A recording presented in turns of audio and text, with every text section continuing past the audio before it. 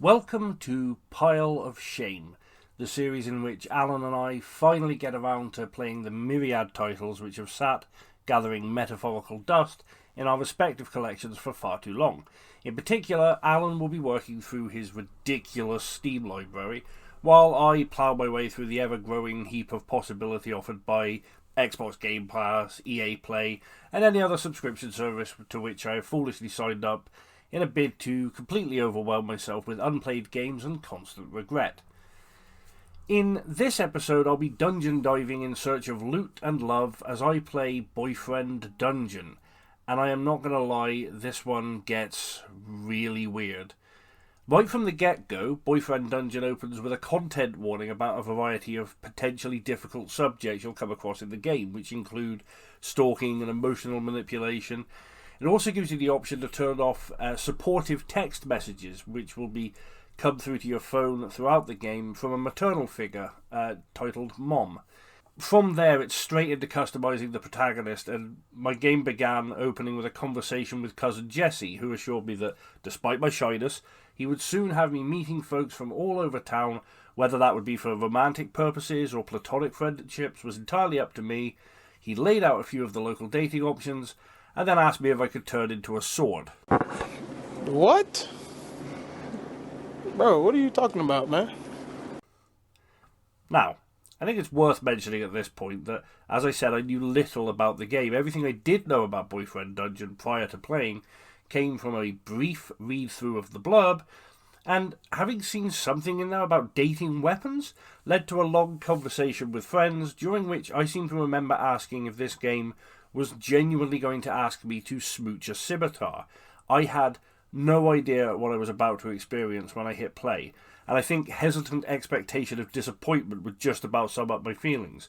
Just goes to show, you should never judge a book by its cover, or in this case, never judge a game by one short paragraph and a weird 1am talk about the logistics of getting buck-wild with a broadsword.